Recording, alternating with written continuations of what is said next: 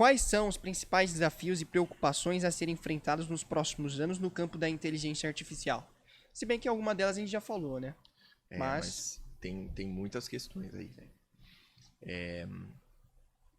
Hoje em dia, as inteligências artificiais, elas estão sendo alimentadas, ou seja, elas estão se aperfeiçoando. E aí que entra o ponto que é qual que é o comando que elas estão recebendo e qual que é a linha que elas estão sendo programadas. Eu até recentemente assisti também, eu gosto muito de assistir podcasts, ler sobre isso, e tem um dilema muito profundo que é quando uma máquina ela recebe um comando, o que ela faz para cumprir aquele comando? Ela precisa ter uma instrução ética e moral para saber o que ela pode fazer por isso. Por exemplo, até um exemplo que eu ouvi.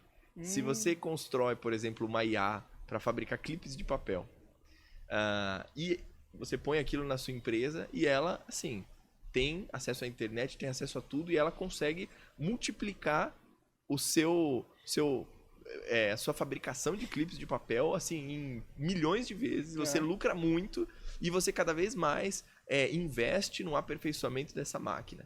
Ela, com o processamento dela, pode pensar, peraí, para fabricar clipes de papel, eu posso desenvolver um conflito entre os produtores de metal para que venha mais barato para o Brasil e ela tendo acesso a tudo isso pode fazer o que ela quiser para ajudar no clima. Ela não vai ter essa Ela preocupação. não vai ter limites. E aí que entra, como a gente limita isso? Como a gente coloca também comandos e limites para que ela saiba até onde ela pode ir. Hoje em dia, principalmente no mundo militar, já teve muito problema com tecnologias, esses drones e esses equipamentos que identificam os inimigos e atacam. Mas e se tiver um erro ali? E se essa máquina, de alguma maneira, tiver qualquer intuição, não vou dizer intuição, mas tiver uma percepção diferente, ou o sensor tiver alguma falha, ou ela mesmo tomar consciência de que, peraí, ele pode ser um inimigo também, e começar a acabar com vidas humanas.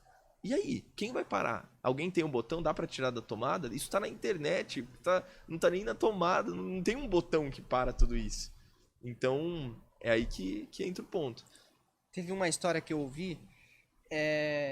Sabe quando você tá na internet, aí tem que apertar aquele botão Eu Não Sou Robô? O CAPTCHA. Será que foi você que me contou essa história? Eu não tô... Que ela contratou uma pessoa falando que era cego. Pra poder a pessoa ir lá e clicar pelo... Uma IA mentiu também num site, num fórum, falando que era cego para que alguém pudesse fazer o CAPTCHA. E aí a pessoa, na boa vontade, foi lá, ajudou, fez o CAPTCHA. E a pessoa e a máquina basicamente usou de um artifício, que é a mentira, para poder acessar algo que ela não poderia. Ou seja, ela pensou para burlar uma lei. E pensou muito bem, porque ela conseguiu. Mas será que ela sabia que era tipo uma lei, era algo errado, mentir? De fato, então, o mentir, talvez não, ela usou como um mecanismo, porque ela não tem noção do que é certo e errado. Sim. Na verdade, até dentro da raça humana, dentro da nossa espécie humana, é um debate filosófico, teológico, cultural, o que é o certo e o errado, até hoje, né? Existe, claro, um padrão moral que une todos os seres humanos, mas tem coisas que para nós é certo e, por exemplo, em outros países, por exemplo, para nós comer carne, tem pessoas que têm essa opção, mas no Brasil é certo comer carne, não é errado. Sim. Mas tem lugares do mundo que, nossa, comer carne é errado, é antiético, é algo...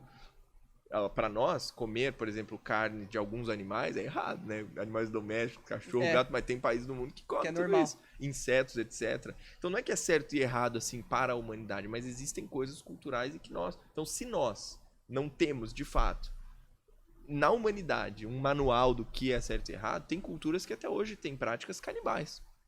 E para as culturas, faz parte da cultura, da tradição. Agora, para nós é algo, né? Até escandaliza. Então, o que é de fato o certo e o errado? E aí a gente pode usar, quem se propõe muito a responder isso são as religiões. Mas, novamente, qual é a religião que vai poder estar à frente disso? Quem é que vai estar à frente disso? E pode ter guerra com isso também. Com certeza, com certeza. Pode ter guerra, porque uma religião vai querer, não, pode fazer isso, a outra não pode fazer isso. E quem vai controlar?